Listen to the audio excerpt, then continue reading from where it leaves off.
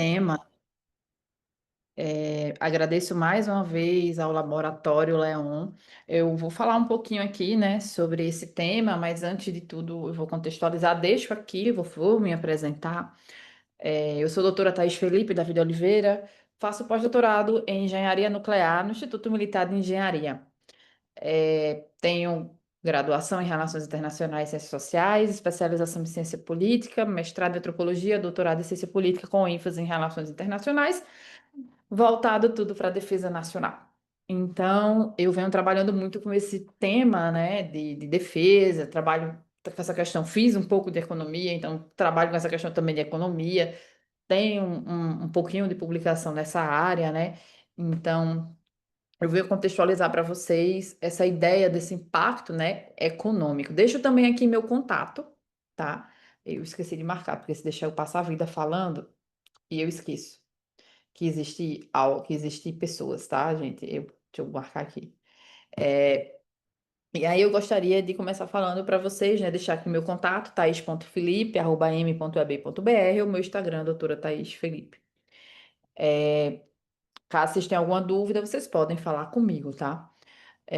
Vou começar aqui.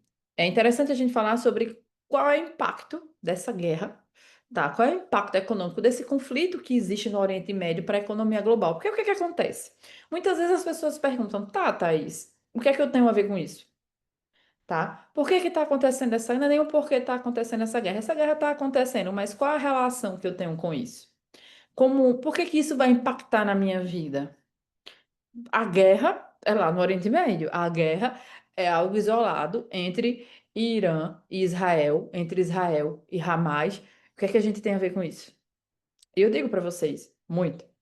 Muito mais até do que vocês imaginam, porque essa guerra ela influencia diretamente na nossa vida, no nosso custo de vida, em tudo, tá? Então, eu coloquei assim, de que forma os conflitos do Oriente Médio influenciam diretamente a economia e política latino-americana e a do mundo, né? Não só a latino-americana, como também a do mundo. Então, eu queria compartilhar com vocês o seguinte: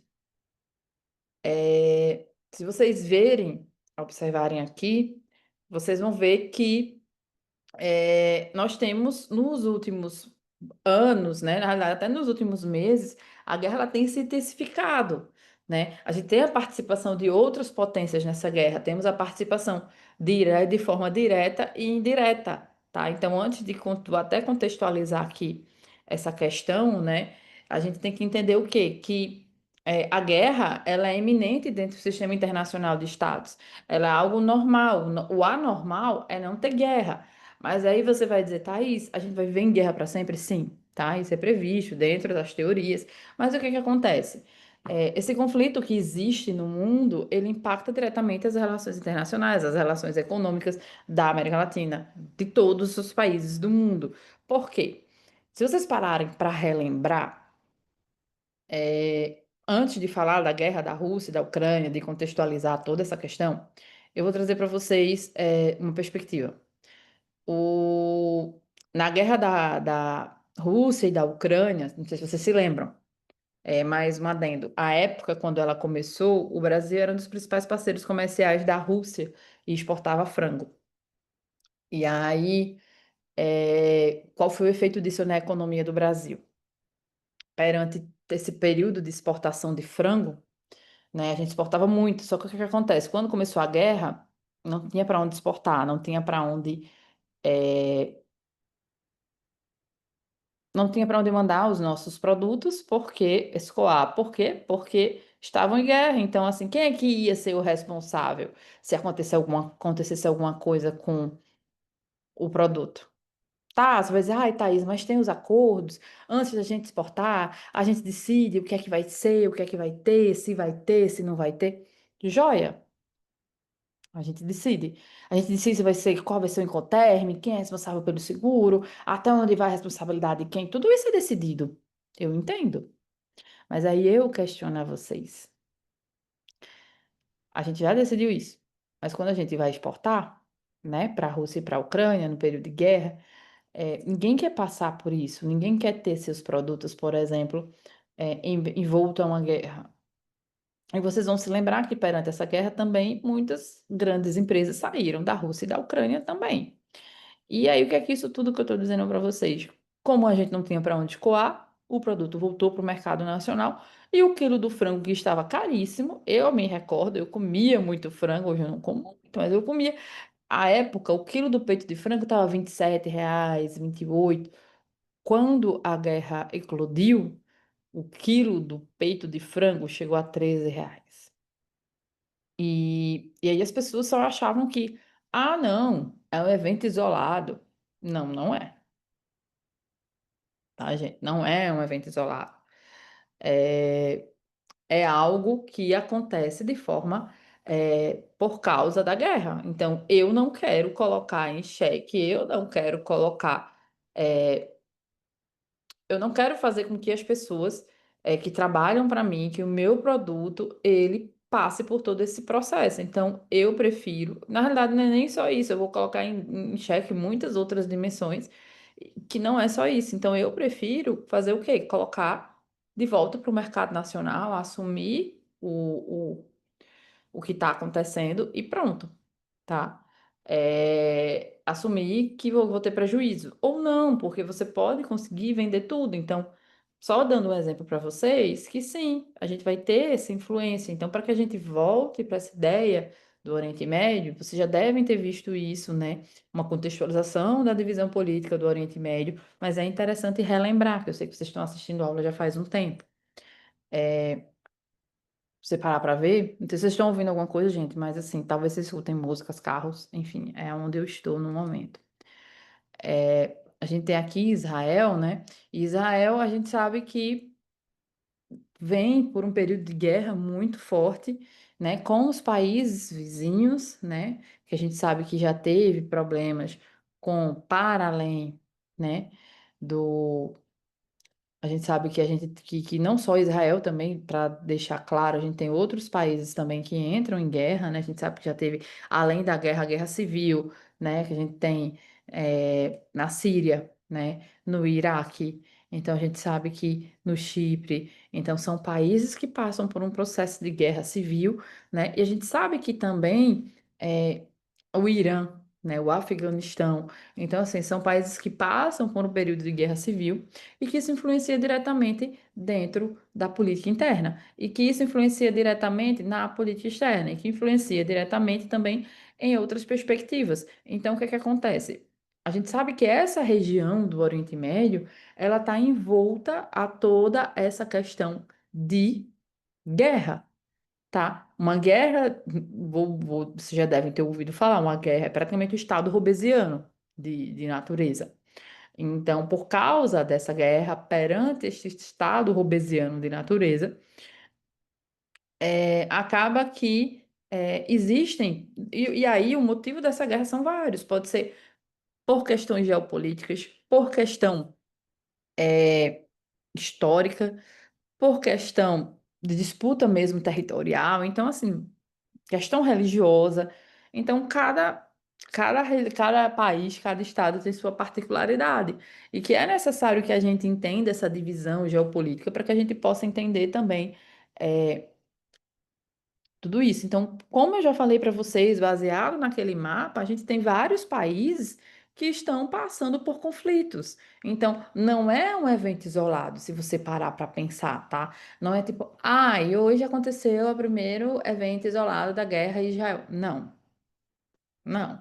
Se você der um Google neste exato momento, ou se você não gosta de dar o Google, gosta de perguntar ao nosso amigo ChatGPT ou qualquer outro IA, você pode ver. Tá aí até algo que é interessante a gente ver depois, uma ideia que eu tive agora, a gente poderia fazer depois, né, até uma ideia de artigo, tá, gente, quem gosta de escrever, fazer, quantificar quantas guerras já tiveram, quais foram os motivos da guerra, então já dá para vocês terem uma ideia, assim, que a região tem uma gama de guerras, então, e que isso influencia diretamente na estabilidade, influencia diretamente na economia.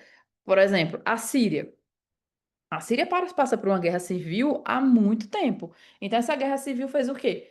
Destruiu a infraestrutura e trouxe uma crise humanitária. E isso tudo demonstra que, se eu tenho uma crise humanitária, eu não consigo fazer com que as pessoas, eu não consigo garantir o mínimo para a minha população, e eu preciso de auxílio de outros estados ou de alguma organização internacional para nos auxiliar a deixar tudo em ordem, tá? Então, qual outro país, por exemplo, Thaís, que a gente tem aqui? Iêmen. O Iêmen também está numa guerra civil, também passou. E aí passa por vários bloqueios econômicos e crise de fome que, de certa forma, acaba desembocando numa crise humanitária da mesma forma. Então, tudo isso que eu estou trazendo para vocês não são eventos, é um evento isolado. Não, gente, não é um evento isolado. É algo que acontece de forma recorrente, tá? Recorrente. Então, assim, pensando nessa questão da Palestina com Israel, a gente sabe que há muito tempo também nós temos uma escalada de tensões e de impactos geopolíticos regionais, tá?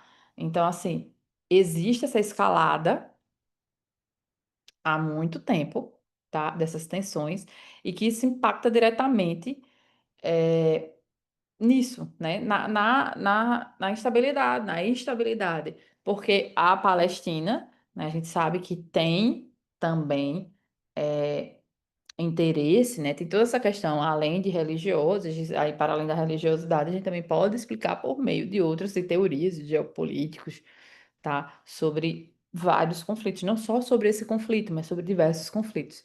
Então, o que é que isso tudo quer dizer? Se a gente tem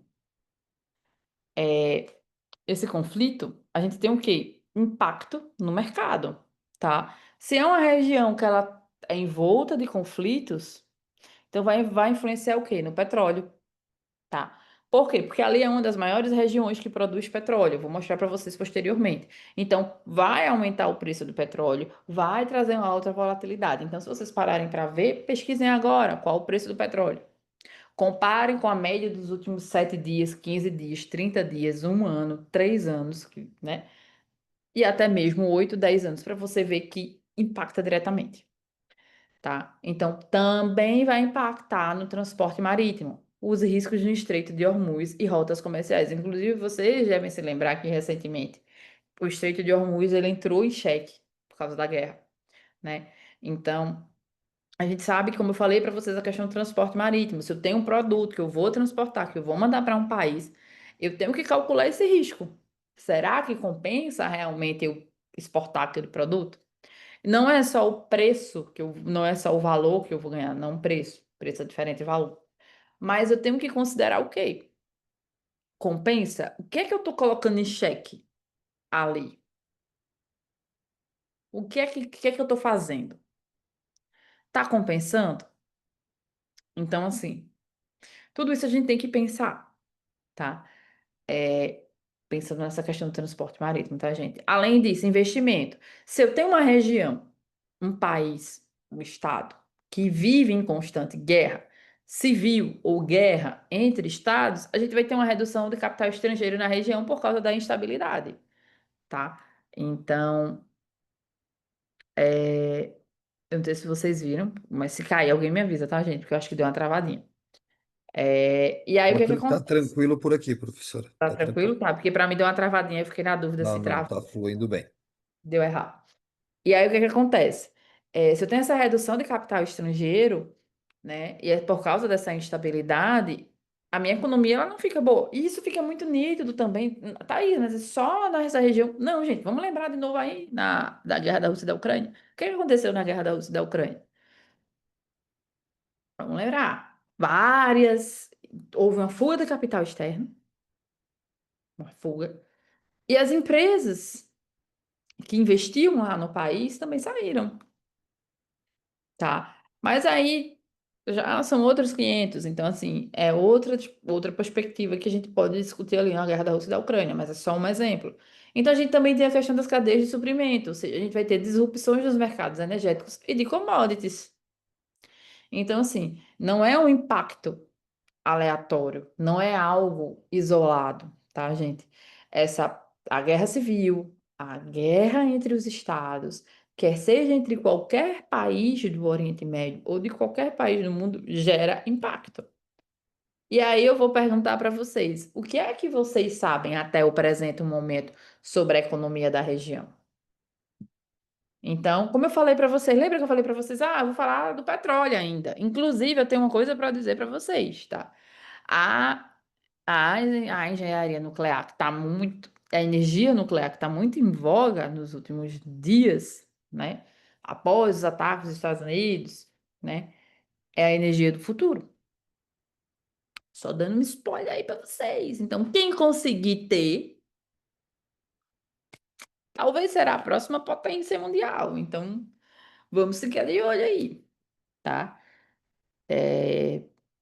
E aí, o que é que acontece? Voltando para cá, o que é que nós temos? Temos aqui um pouquinho da nossa economia, tá? Não são dados recentes, são dados de 2002, mas se a gente vê, tem quase 20, tem mais de 20 anos. Eu até procuro dados recentes sobre isso, com mapas legais, mas até agora sem sucesso. O que é interessante a gente ver? Em 2002, tá? O que é que nós temos? É muito, a gente vê que é muito marcado nessa região aqui de Israel. A gente tem uma indústria química, petroquímica e têxtil, tá? Então a gente tem também aqui na Torrezinha de Petróleo e de Recursos Minerais, também temos aqui nessa região de Israel, tá? Na Turquia. Então, além disso, a gente tem uma região também muito grande aqui, se vocês pararem para ver em amarelo, que não está só em Israel, mas está o pastoreio nômade, que está dentro do Irã, passando aqui pela Síria, pelo Iraque, pela Arábia Saudita e Iêmen. Temos a policultura, né, que é essa questão de frutas, que está aqui bem presente também em Israel, uma parte da Síria, na Turquia, né? Uma cultura comercial de café, então por isso que é importante aquele Estreito de Hormuz, por isso que é importante a gente considerar aqui toda essa questão econômica, né? Porque só tem uma entrada, uma saída. Para além disso, a gente percebe que se vocês pararem para analisar de forma bem, como é que eu posso dizer, grosseira, né? Temos muitos recursos minerais e energéticos na região. Nós temos gás natural, petróleo, cromo, e isso é o futuro. É o futuro. E o país que conseguir deter isso, talvez aí a gente tenha uma potência.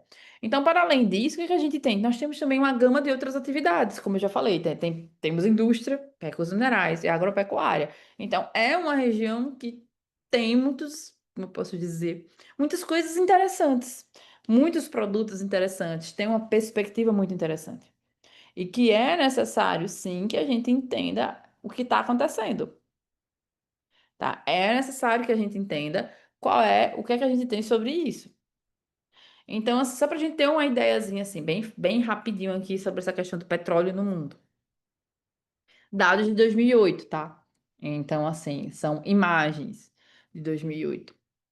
O Oriente Médio, se você parar para ver aqui, no total de reserva mundial, tem mais de 50%, tá? Que é em azulzinho. Em verdinho, tem de 8 a 15%. E se você parar para ver, o Brasil, nós temos ali, ó, inferior a 8% de petróleo. Tá, Thaís, o que é que isso quer dizer? Isso quer dizer que, se você olhar o tamanho das setas que estão aqui, roxas, quanto maior o tamanho, maior é feita as trocas comerciais. Então, se você parar para ver de forma complementar, podemos concluir que grande maioria sai da onde? Oriente Médio.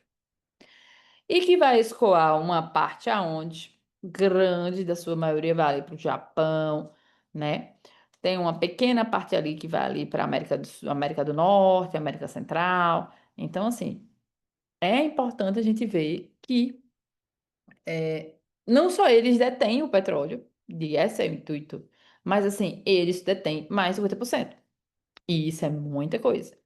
Então, isso talvez explique, talvez, uma perspectiva de por que tem guerra, tá? Por que tem tanta guerra? Então, como é que isso tudo vai afetar a nossa economia? Thaís, por quê? Tá? Então, vamos lá, tá? O primeiro impacto que a gente tem na economia é em relação a preço. Inclusive, vocês devem se lembrar que recentemente já saiu no jornal que o preço da nossa gasolina vai aumentar, que o preço do barril do petróleo aumentou. Inclusive, um adendo muito interessante sobre o barril do petróleo. Se vocês pesquisarem exatamente, eu não vou dizer o valor exato, Mas antes da primeira crise do petróleo, o preço do barril do petróleo era em torno de US$ 3. Tá. Para a segunda crise, eu acho, pelo que me recorda, assim, passou para uns 40.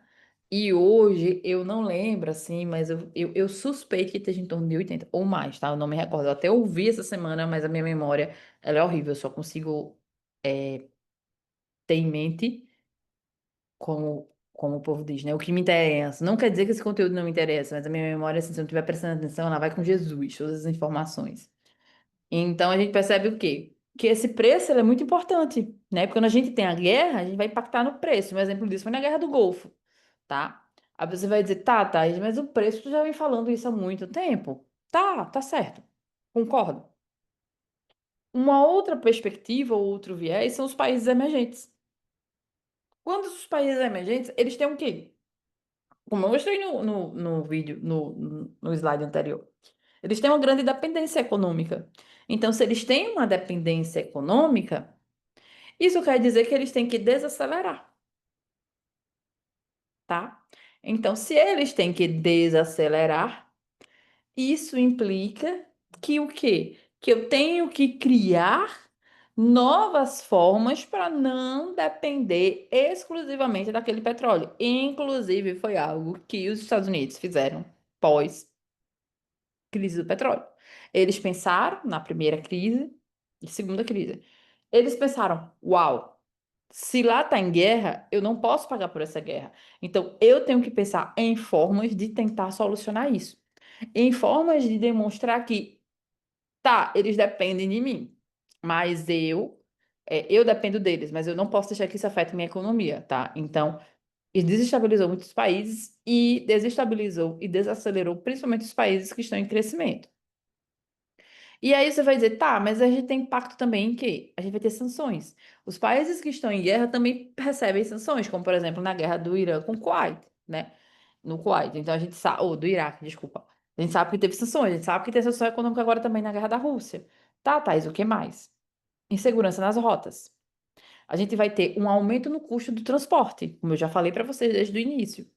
Se a gente está passando por uma crise, se a gente está passando por um período difícil, por um período de guerra, a gente não quer colocar em xeque a nossa empresa, os nossos produtos. Então, a gente vai aumentar o custo. Um exemplo que eu vou dar para vocês não tem nada a ver com guerra, tem a ver com Covid. A época eu dava aula de relações internacionais, de gerência de exportação. E aí eu dando essa aula, assim que as aulas voltaram, aí uma aluna disse assim, professora, o custo do frete de Recife para a Colômbia, vou dar uma média, tá? Era em média, à época, US$ 4.000. Aí eu fiz certo. E agora tá quanto? Ela, 10, 12 mil, 14 mil, depende muito. Porque existia uma insegurança, né? Aumentava o custo, porque eu tinha que ter tinha que pagar por aquilo.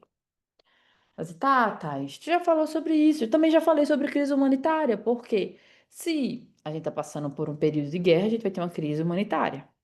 A gente também vai ter, como eu já disse para vocês, volatilidade no mercado, como ficou demonstrado nessa guerra atual, tá? A bolsa de valores, com o período de guerra, ela vai cair, ela vai aumentar, fica muito volátil.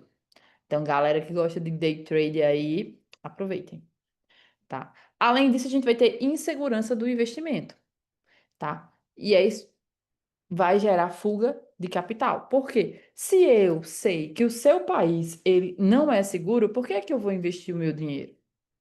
Ou, tá, Thaís, como assim?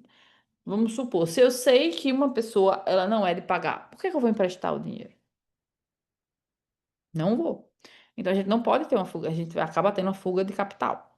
E aí a gente vai criar também estratégia de mitigação, tá? Uma reserva energética, tá? Então, a estratégia de mitigação, como eu já falei para vocês, que os Estados Unidos criou foi o quê? Criaram foi uma reserva energética. E aí como é que isso vai, por exemplo, afetar a América Latina? Não só a América Latina, mas também o mundo. A gente vai ter uma dependência energética que eu já venho falando para vocês, porque a gente depende, né? Vocês viram lá, né, no gráfico que existe uma grande dependência do petróleo. A gente já falou também que tem uma volatilidade nos preços. E aí a gente já percebeu também que temos efeitos econômicos e geopolíticos, ou seja, a balança comercial ela vai ficar em déficit. E a gente também vai ter muitas pressões fiscais, tá? A gente vai ter, a gente precisa que existam subsídios para poder conter essa inflação. A gente também vai ter impacto, por exemplo, no agro. O agro vai sofrer impacto fortemente. Por quê? Porque, por exemplo, vai aumentar o custo do fertilizante. O fertilizante que era US$ 10, por exemplo, de um exemplo aleatório, tá, galera? Vai para 50. Porque vai calcular tudo, vai calcular, olha, quanto custa, qual o valor? Será que isso está levando em consideração tudo que está acontecendo na região? Eu tenho que considerar, porque eu não posso mandar só o meu produto, tá? Então, a gente tem também, como eu já disse para vocês, indústria e transportes. Vai ter um alto custo logístico. Por quê? Porque eu vou considerar, será que é caro levar aquele produto para aquele lugar? Quanto custa? Eu estou preparada para isso? Eu tenho verba para isso? E se, por exemplo, pegar fogo? E se, por exemplo, um navio for bombardeado? E se. Então, assim, todos os e se's têm que ser pensados. E aí acaba o quê? Que a sociedade em consumo tem uma elevação dos custos de energia elétrica, por exemplo. Porque dependendo, né, a gente tem uma energia que ela não depende de outros fatores que não são só esses, tá? Então, o que é que a gente tem também? Se a gente pensar, por exemplo, aqui no Brasil, tá? A gente vai ter não só Brasil, mas América Latina. Pensando muito em Brasil, a gente vai ter exportação de alimentos, tá? A gente tem uma exportação muito grande, como eu já falei para vocês no início, para os países árabes. Então, de grãos, carnes e frutas. A gente importa petróleo, como eu também já disse a vocês. Então, a gente tem Brasil, México e Argentina como líderes no comércio com o Oriente Médio. E o que que acontece? A gente também tem o quê? Acordos bilaterais, isenção tarifária e fortalecimento no comércio. Além disso, existe o fomento do intercâmbio cultural e educacional com base para poder termos relações mais sólidas.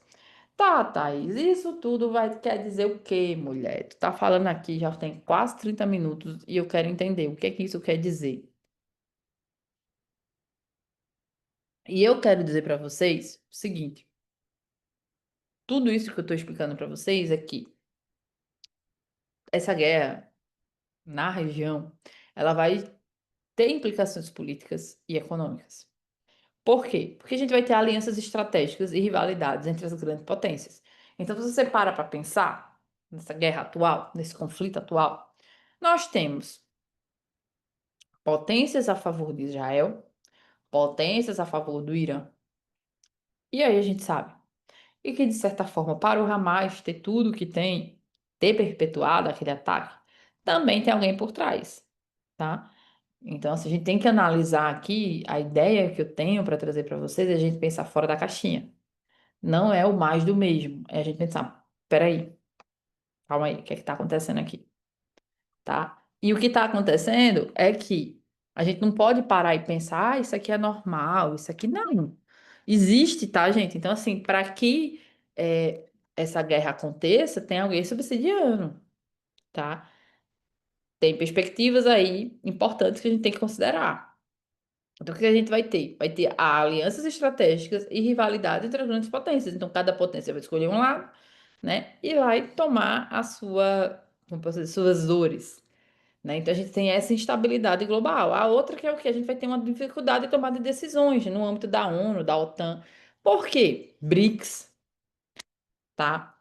Porque o que que acontece? A gente sabe que todos os países têm seus alinhamentos políticos, tá? Então, se eu tenho o meu alinhamento político, por exemplo, eu vou definir, vou defender a minha ideia, e isso trava trava os discursos que acontecem dentro do âmbito do Conselho de Segurança.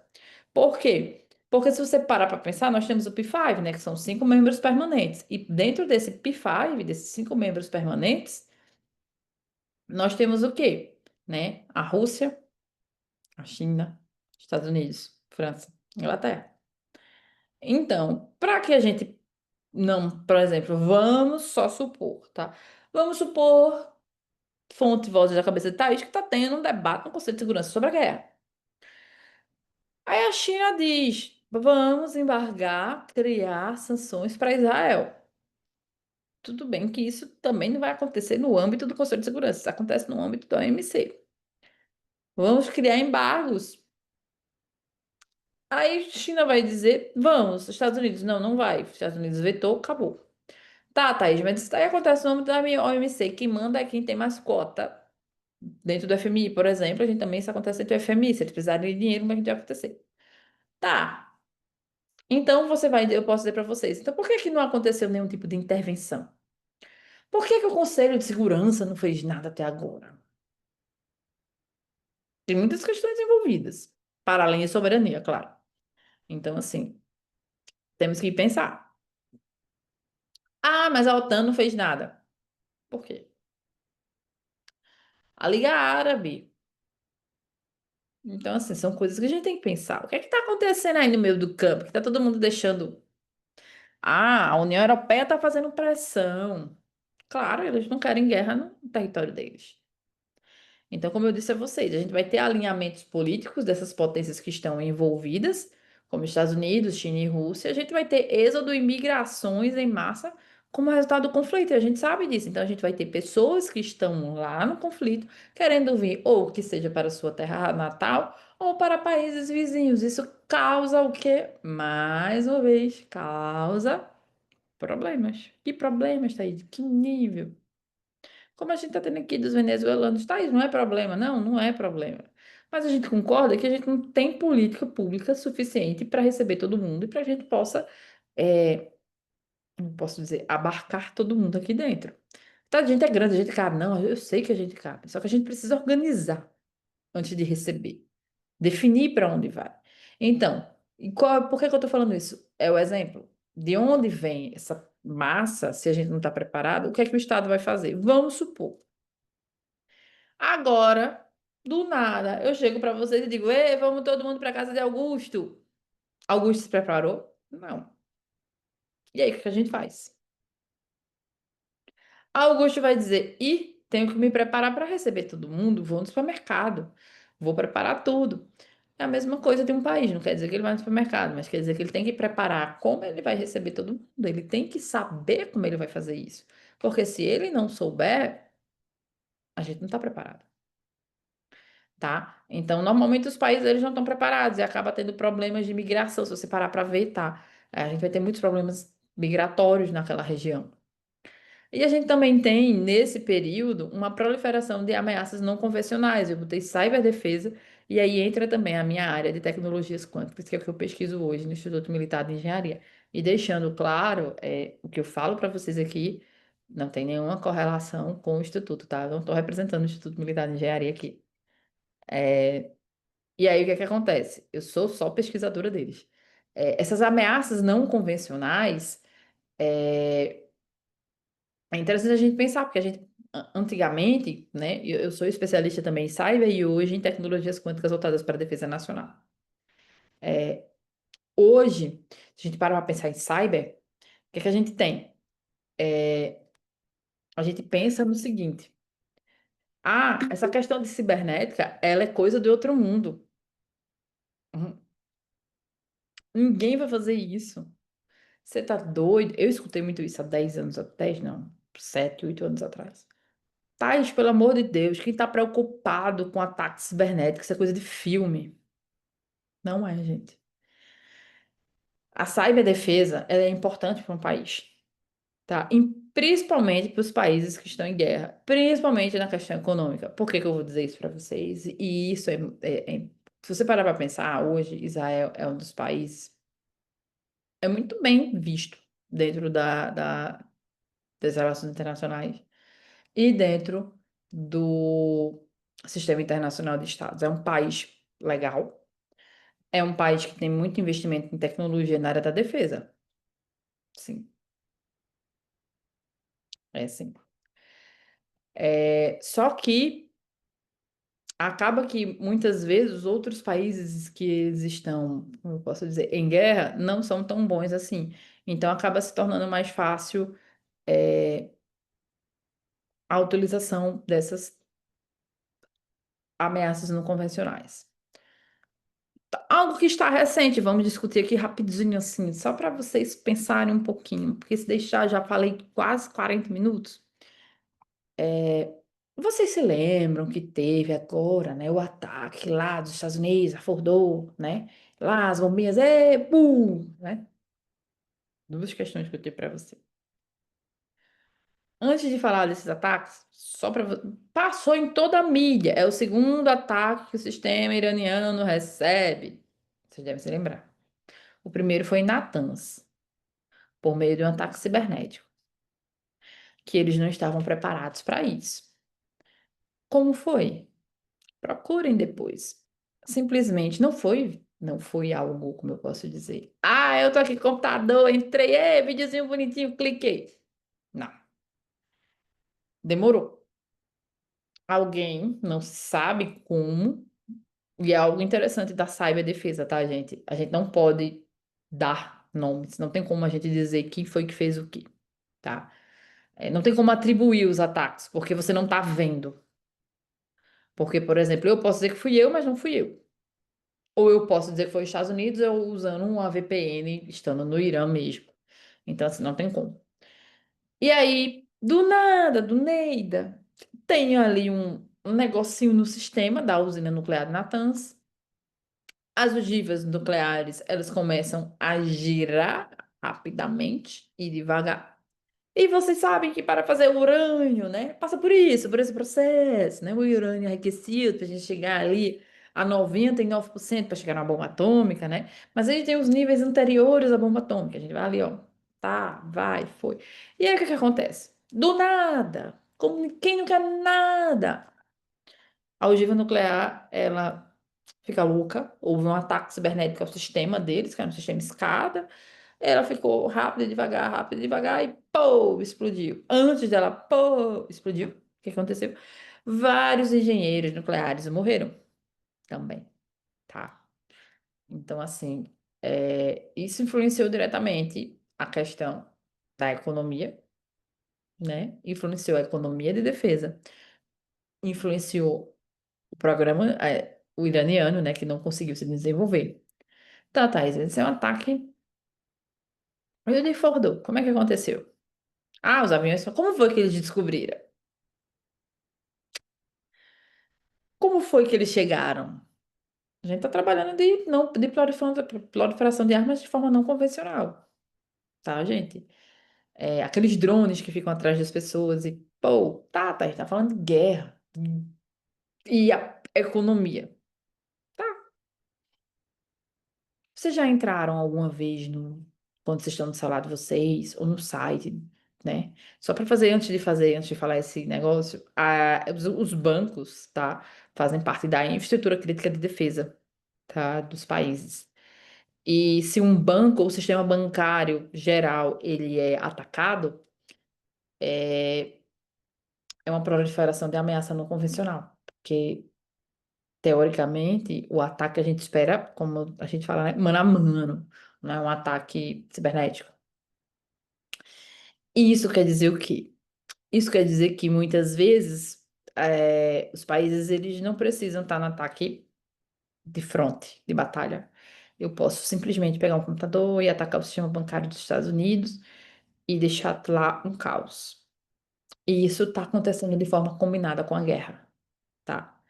É, e isso foi muito utilizado na guerra da Rússia e da Ucrânia e está sendo utilizado agora. Na guerra da Rússia e da Ucrânia tem até um site, se vocês quiserem procurar, é Cyber Peace. Ele diz, ó, antes de um ataque terreno, tem um ataque cibernético. Então, assim, é muito recorrente. E por isso que eu estou dizendo a vocês, essas ameaças não convencionais, elas estão muito é, relacionadas com tudo isso que a gente está vivendo hoje, tá? Então, assim, de forma geral, para finalizar, a gente tem que pensar no seguinte: a gente teve muitos fatos nos últimos dias que estão influenciando diretamente a perspectiva econômica da região. Não só da região, como também do mundo. A gente sabe que todos esses ataques, todas essas guerras, todo esse posicionamento, inclusive do governo de Trump, está influenciando. Tá? Porque a gente sabe que quando o Trump diz, olha, eu vou tarifar, olha, eu vou fazer isso, se você não fizer aquilo, obrigando, né, o cessar-fogo que seja, obrigando, conversando para que exista, né, expondo a que custo teve aquele cessar-fogo, tá? É uma coisa para vocês pensarem, não estou dizendo que foi errado, tá? O que eu estou dizendo para vocês pensarem é como foi que isso aconteceu, tá? E se não tivesse acontecido, o que que ia acontecer? Então, são coisas que vocês podem pensar. E toda essa dinâmica que acontece na América Latina, né? Não, na América Latina não, gente. No Oriente Médio, influencia todo mundo. Porque se você parar para pensar, como é que eu vou garantir, por exemplo, passou até um dia desse no jornal que o Domo de Ferro já está começando a não ficar 100%. Salvo engano, eu também li que teve outros dois países que interceptaram ataques que seriam para Israel. É, então você percebe que não é um ataque isolado, não é uma perspectiva isolada, é algo que está acontecendo de forma conjunta, é algo que a gente precisa pensar, parar e pensar, peraí, o que está acontecendo? O que é isso aqui? E como isso está afetando a economia do mundo, como isso está afetando o meu país, como isso está afetando, por exemplo, eu estou conseguindo exportar? Eu não estou conseguindo. Por quanto? Será que os países, os parceiros comerciais estão conseguindo manter as relações da forma como seria? Como anda a economia de Israel? Como anda a economia do Irã? Como anda a economia dos países ao redor? Então, assim, e como eles estão conseguindo se sustentar durante toda essa guerra?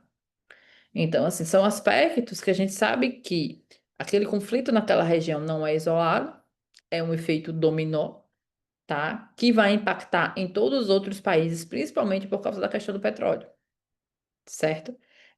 Eu agradeço a todos. Eu já falei demais, que eu já vi que Augusto apareceu aqui. Boa noite a todos. Agradeço a todos, agradeço ao Laboratório Leon pelo convite, tá? Estou disponível para tirar dúvidas. O meu contato está aqui, caso vocês queiram falar, tirar alguma dúvida, entrar em contato sobre as questões da aula, dúvidas sobre a pesquisa, sobre qualquer coisa, eu estou à disposição, tá? E mais uma vez, obrigada, ao Leão. Obrigado, professora Thais, por mais essa excelente aula tão esclarecedora sobre os impactos econômicos dos conflitos do Oriente Médio, especialmente entre eles a questão entre Israel e Hamas, os palestinos na faixa de Gaza, principalmente, mas também nesse último conflito agora de 12 dias que teve os principais atores, Israel e o Irã. Pessoal, algumas informações, só a primeira mais importante, o Q&A já está aberto para vocês escreverem dúvidas, esclarecimentos, questões pontuais que vocês tenham da aula ou do curso em si. Vocês podem fazer as perguntas por ali, eu vou lê-las para a professora Thais. E antes disso, também já foi enviado no chat dois links, pessoal. O primeiro link foi enviado, o link que é de avaliação do nosso curso junto com o Centro Acadêmico Econômico da Universidade Federal do Mato Grosso, o CAECO, e também, logo depois, o link de presença da terceira e última aula do nosso encontro, que dá direito, consequentemente, à emissão do certificado de horas complementares. Então, não se esqueçam de preencher os dois links para a gente. O primeiro é muito importante e o segundo para vocês também é muito importante. Chegou uma pergunta aqui, professora, vou lê-la para a senhora. Só foi uma boa noite. Boa noite, Bruno Alves. Tem alguma pergunta? Vamos ver se vem mais alguma coisa aqui. Mário está conosco. Se quiser parar de gravar, Aqui. por favor, à vontade. Então tá bom, vou parar a gravação.